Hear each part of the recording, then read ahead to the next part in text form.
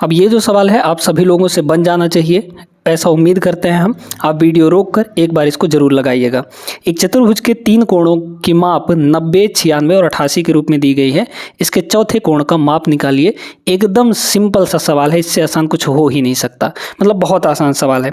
आप जानते हैं कि भाई चारों कोण 360 के बराबर होते हैं, तो उस टोटल में से 360 में से आप इन तीनों कोणों को हटा दीजिए तो बस चौथा कोण मिल जाएगा हमको। तीनों कोणों को जोड़ लीजिए। तीनों को अगर जोड़ेंगे तो 90 और 96 और 88 तीनों को जोड़ेंगे तो 8 और 6 14 का हो गया 4, हासिल 1 हो गया। 9 और 9 हो गया 18, 18 और 8 26, 26 और 1 यहाँ पे 27 हो जाएगा, है ना। तो ये 274 आ गया। बस 360 में 274 घटा लीजिए, ये हो जाएगा आपका 6 और यहाँ पे हो गया 15, 15 में से 7 गया, ये हो गया 8, मतलब 86 डिग्री। तो 86 डिग्री बड़े प्यार से लगा दीजिए ऑप्शन नंबर बी। आगे बढ़िए अगले प्रश्न पर। अब इस सवाल को देखिए। यदि एक समांतर चतुर्भुज ABCD में E और F विकर्ण AC पर इस प्रकार स्थित बिंदु हैं कि AE और FC जो है वो बराबर हैं। सेगमेंट जो दिए गए हैं AE और FC वो बराबर हैं। चतुर्भुज BEDF निम्नलिखित में से क्या होगा, ये आपको बताना है। तो पहले यहाँ पे समांतर चतुर्भुज हम लोग बनाते हैं। समांतर चतुर्भुज कुछ इस टाइप से होता है। ये हो गया और यहाँ पर ये हो गया और यहाँ से ऐसे कुछ खींच लीजिए, मतलब ये आमने सामने वाली भुजाएं जो है वो समांतर होती हैं और आमने सामने के अपोजिट एंगल्स जो हैं वो भी बराबर होते हैं, अपोजिट साइड भी बराबर होते हैं। अब इसमें विकर्ण खींचने के लिए बोला है ना। तो हम लोग यहाँ पे 2 विकर्ण ऐसे बना लेते हैं। एक विकर्ण ये हो गया, एक विकर्ण ये हो गया। नाम दे दीजिए, है ना। ये हो जाएगा A, ठीक है। यहाँ पर ये हो गया A, फिर B, C और यहाँ पर D। क्लियर। E और F जो है विकर्ण AC पर इस प्रकार स्थित बिंदु हैं, मतलब कि AC पर, ठीक है। तो हम लोग यहाँ पे इस AC को रहने देते हैं, BD विकर्ण को हटा देते हैं क्योंकि ये हमारा किसी काम का है नहीं यहाँ पे। अच्छा, E और F AC पर इस प्रकार स्थित बिंदु हैं, है ना, कि AE बराबर FC हो तो चतुर्भुज BEDF, B है ना, B E और D और F, तो हम लोग AE और FC BEDF, E हम लोग यहाँ पे कहीं पे मान लेते हैं, ठीक है। ध्यान से देखते जाइएगा। E हमारा यहाँ पे मतलब AE और FC बराबर होने से AE ये वाला E है ना, और FC मतलब ये वाला, तो F, तो यहाँ से लेकर यहाँ तक ये वाला साइड और ये वाला साइड बराबर होना चाहिए। तो पूछा गया है कि BEDF किस प्रकार का त्रिभुज होगा। BEDF तो B से E को मिलाइए और E से D को मिलाइए, फिर D से F को मिलाइए और फिर यहाँ पे B से F को मिला दीजिए। तो ये बन गया आपका एक चतुर्भुज, अंदर अंदर बन गया, ठीक ना। निम्नलिखित में से कौन सा चतुर्भुज होगा। तो क्या ये आपको साफ साफ नहीं दिख रहा है कि भाई अगर यहाँ पे ये बराबर है और ये भी बराबर है, दोनों बराबर हैं, है ना, इधर वाले दोनों आपके बराबर हैं, तो क्या ये समांतर चतुर्भुज नहीं बन रहा है। ये वाला B से लेकर F तक और E से लेकर D तक ये समांतर होंगे क्योंकि ये वाले समांतर हैं, तो ये भी एक समांतर चतुर्भुज ही बनेगा। मतलब ये जो बीच में बन रहा है ये भी एक समांतर ही होगा। ऑप्शन नंबर D ही होगा यहाँ पे। ना तो वर्ग होगा, ना ये आयत की तरह दिख रहा है, ना ही समलंब चतुर्भुज दिख रहा है, तो कौन सा बचा, ऑप्शन नंबर D ही बचा ना। तो इस तरीके से भी आप लोग इसको करिएगा। अच्छे से क्लियर हो गया होगा तो आगे बढ़िए। चलिए अब यहाँ पे एक छोटा सा कॉन्सेप्ट हम लोग समझते हैं रेगुलर पॉलीगन के बारे में। पॉलीगन यानी कि जैसे बहुभुज जिसको हम लोग कहते हैं। 3 भुजाएं अगर होती हैं तो उसको त्रिभुज कहते हैं, 4 भुजाएं होती हैं तो चतुर्भुज कहते हैं, 5 भुजाएं अगर हैं तो पंचभुज कहते हैं, 6 भुजाएं हैं तो षष्ठभुज कहते हैं और 7 भुजाएं हैं तो सप्तभुज कहते हैं, 8 भुजाएं हैं तो अष्टभुज कहते हैं। इस तरीके से हम लोग कहते हैं। 8 भुजाएं होंगी तो इंग्लिश में ऑक्टागन कहेंगे। तो यहाँ पर एक रेगुलर ऑक्टागन है। अब इस रेगुलर का मतलब समझिए, ये जो नियमित वर्ड दिया है, नियमित शब्द दिया है यहाँ पे, ये इंपॉर्टेंट है। यहाँ पे इंपॉर्टेंट इसलिए है क्योंकि नियमित यानी रेगुलर का मतलब होता है जिस पॉलीगन की सभी भुजाएं बराबर हों, सभी भुजाएं बराबर हो यानी सारे साइड्स इक्वल हों। यानी कि एक ऐसा ऑक्टागन जिसके 8 के 8 भुजाएं बराबर लंबाई की होंगी वो हमारा रेगुलर ऑक्टागन होगा, यानी कि नियमित अष्टभुज होगा। इसमें प्रत्येक इंटरनल एंगल का माप निकालना है, कितने डिग्री को होगा इंटरनल एंगल। अब हर एक इंटरनल एंगल जो होता है वो वेरी करता है। मतलब कि यहाँ पे सप्तभुज में अलग होगा, अष्टभुज में अलग होगा, षष्ठभुज में अलग होगा, चतुर्भुज में अलग होगा, तो ये सारी की सारी अलग अलग होती हैं। तो अब यहाँ पे निकालने का तरीका जो है, दो तरीके हम आपको बताते हैं, मतलब कि दो चीज़ों के लिए। एक है एक्सटर्नल एंगल, ठीक है, एक्सटर्नल एंगल।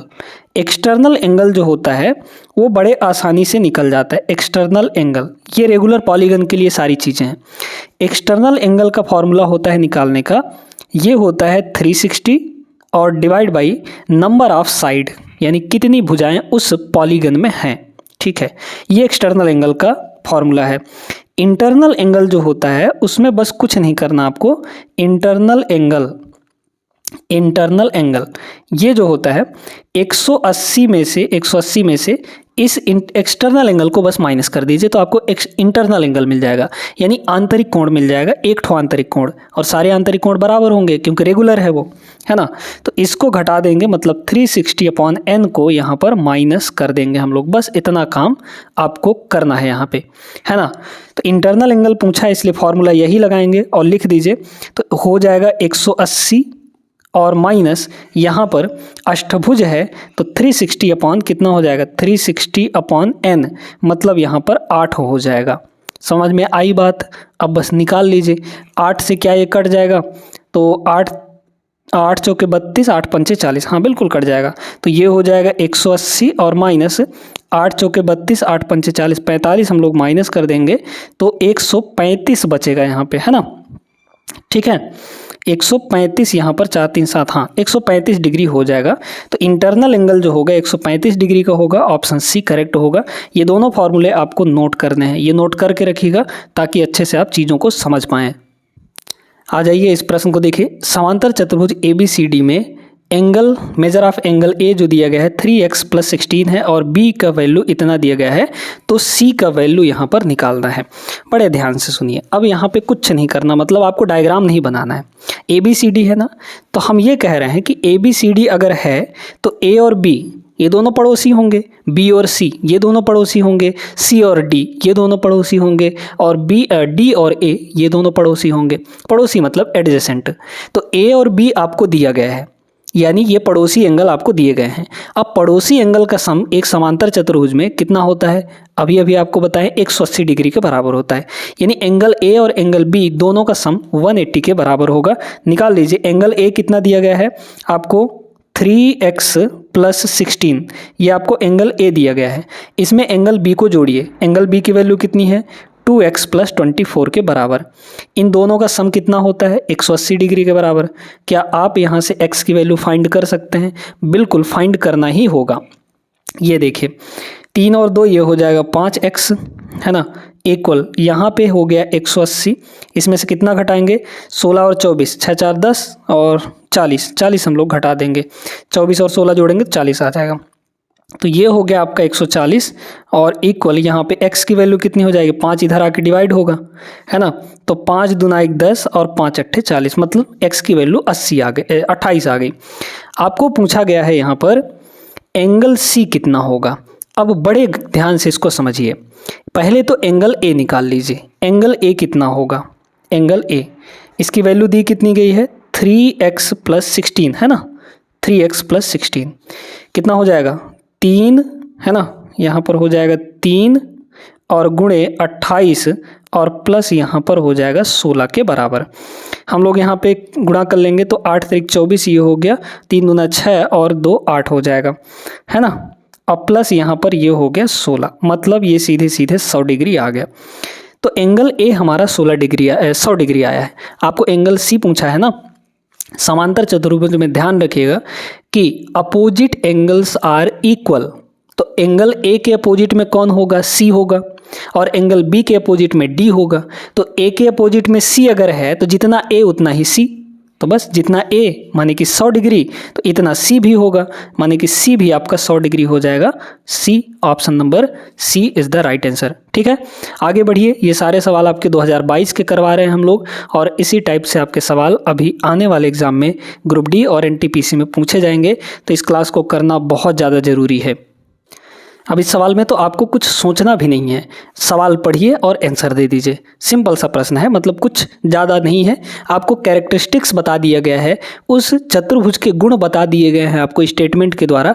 आपको ऑप्शन दिया गया है कि कौन सा आंसर होगा, बताइए। चलिए पहले पढ़ लीजिए। MNOP एक ऐसा चतुर्भुज है जिसका प्रत्येक कोण समकोण है। तो अगर सारे कोण समकोण होंगे तो हमारे पास दो चित्र यहाँ पे दिमाग में आने चाहिए। पहला, एक तो स्क्वायर यानी वर्ग के चारों कोण 90 डिग्री के होते हैं, यानी कि समकोण होते हैं। समकोण का मतलब होता है 90 डिग्री, ठीक है। और एक होता है आयत। आयत में भी चारों भुजाएं, चारों कोण 90 डिग्री के होते हैं, ठीक है। ये बात तो क्लियर हो गई। अब बोला गया इसमें भुजा MNPO के बराबर है और भुजा MPON के बराबर है, यानी अपोजिट जो सामने सामने की भुजाएं हैं वो बराबर हैं। और इसके दोनों विकर्ण 90 डिग्री पर प्रतिच्छेद नहीं करते हैं। ये इंपॉर्टेंट है, यहाँ पे ये महत्वपूर्ण पॉइंट दिया गया है। विकर्ण जो होते हैं आयत में, विकर्ण कभी भी 90 डिग्री पे नहीं काटते हैं। तो दो ही चीज़ें हैं यहाँ पे, एक तो आयत है, एक यहाँ पे वर्ग है। तो पतंगाकार तो होगा नहीं आपका, मतलब पहला स्टेटमेंट पढ़ के आपको पता लग जाना चाहिए कि पतंगाकार नहीं होगा और समचतुर्भुज नहीं होगा, या तो वर्ग होगा या आयत होगा। अब वर्ग में जो विकर्ण होते हैं वो दोनों एक दूसरे को 90 डिग्री पे काटते हैं, लेकिन आयत में नहीं काटते हैं।